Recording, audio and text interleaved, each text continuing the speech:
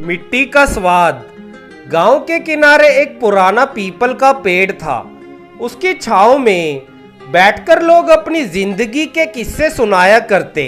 उसी पेड़ के पास रहता था हरीराम, एक साधारण सा आदमी जिसके पास ना तो दौलत थी ना कोई बड़ा नाम, लेकिन उसकी आंखों में एक अजीब सी शांति थी, जैसे उसने जिंदगी का कोई गहरा राज समझ लिया हो।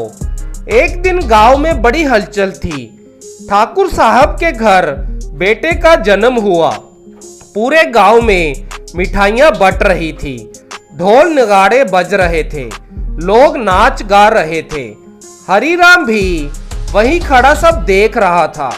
एक नौकर उसके पास आया और बोला, लो काका, मिठाई खाओ, ठाकुर के घर वारिस आया है। हरीराम ने मुस्कुराकर मिठाई ले ली, लेकिन उसे तुरंत मुंह में नहीं डाला। उसने हथेली में घुमाया और बोला, अजीब बात है, जन्म पर मिठाई बनती है। नौकर ने हंसते हुए कहा, इसमें अजीब क्या है, खुशी का मौका है, मिठाई तो बनेगी ही। हरीराम ने कुछ नहीं कहा, बस धीरे से मिठाई खाकर वहां से चला गया। कुछ महीने बीत गए। उसी गांव में एक बूढ़े फकीर की मृत्यु हो गई। इस बार गांव में सन्नाटा था। उसी पीपल के पेड़ के नीचे उसकी चिता सजी थी। लोग इकट्ठे थे, लेकिन इस बार कोई ढोल नहीं था, कोई गीत नहीं था। चिता के पास खीर बनाई जा रही थी।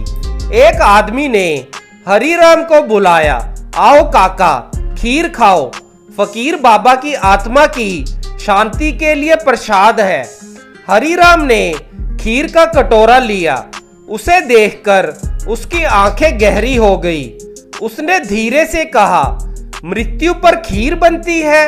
पास खड़े एक युवक ने पूछा, काका, तुम हर बात को इतना सोचते क्यों हो? ये तो रिवाज है। हरीराम ने उसकी ओर देखा और बोला, रिवाज ही तो जिंदगी का सबसे बड़ा सच छुपा लेते हैं बेटा। युवक चुप हो गया। हरीराम ने खीर का एक कोर मुंह में डाला और फिर आसमान की ओर देखकर बोला, जन्म पर मिठाई, मृत्यु पर खीर, पर जिसने जन्म लिया वो मिठाई नहीं खा सकता, और जो मर गया वो खीर नहीं खा सकता। उसकी आवाज में ना कोई दुख था ना कोई खुशी, बस एक गहरी समझ थी। गांव के लोग धीरे धीरे उसकी बात सुनने लगे। सोचो, हरीराम ने कहा, हम किसके लिए इतना कुछ करते हैं? जिसके लिए करते हैं वो तो कभी इसका स्वाद ही नहीं ले पाता। एक बूढ़ा आदमी बोला, तो क्या ये सब गलत है? हरीराम मुस्कुराया, गलत नहीं है, लेकिन अधूरा है। उसने मिट्टी की एक मुट्ठी उठाई और बोला, हम जिंदगी भर इस मिट्टी को सोना बनाने में लगे रहते हैं, लेकिन अंत में हम खुद इसी मिट्टी में मिल जाते हैं।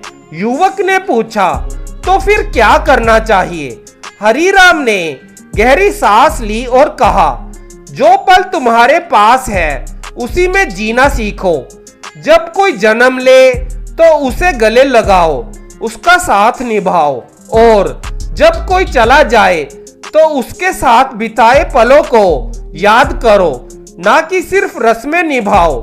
उसकी बातें धीरे धीरे गांव में फैलने लगी। कुछ समय बाद गांव में एक और घटना हुई।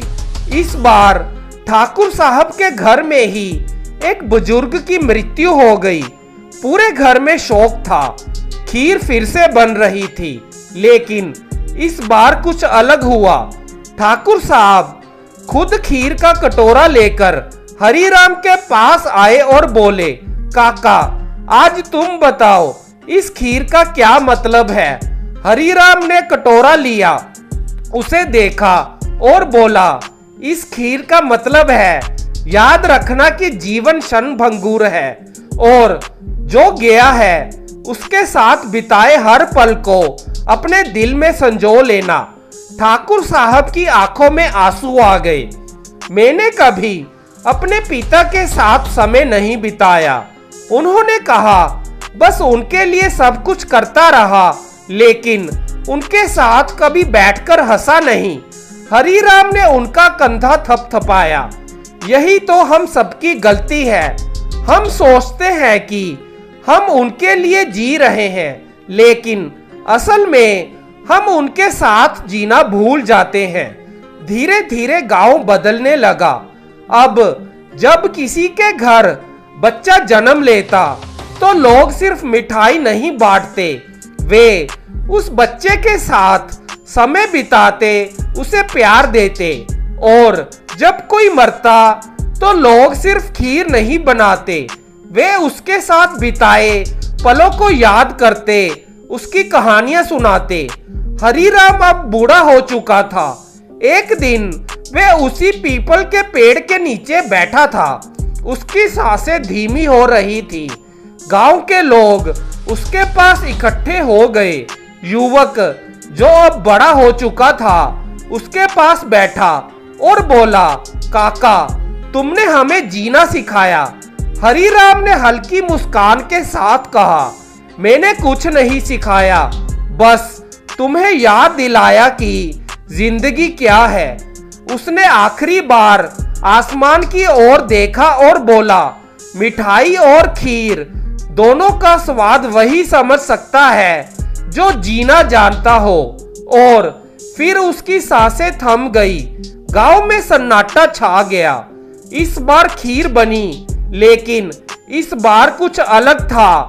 लोग खीर खाते हुए रो नहीं रहे थे, वे मुस्कुरा रहे थे, क्योंकि हरीराम ने उन्हें सिखा दिया था कि मृत्यु अंत नहीं, एक याद है जो दिल में हमेशा जिंदा रहती है।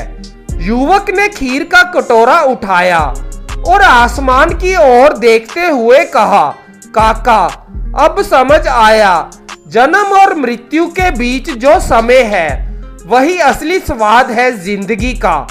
पीपल के पत्ते हवा में हिले, जैसे हरीराम की आत्मा मुस्कुरा रही हो। और गांव में पहली बार लोगों ने सच में जीना शुरू किया। संदेश, जन्म पर बंटती मिठाई, मृत्यु पर बने खीर, दोनों ही ना खा पाए, चाहे राजा हो या फकीर। इसलिए जो पल मिला है उसे जी लो दिल से, क्योंकि यही पल है असली जिंदगी का स्वाद।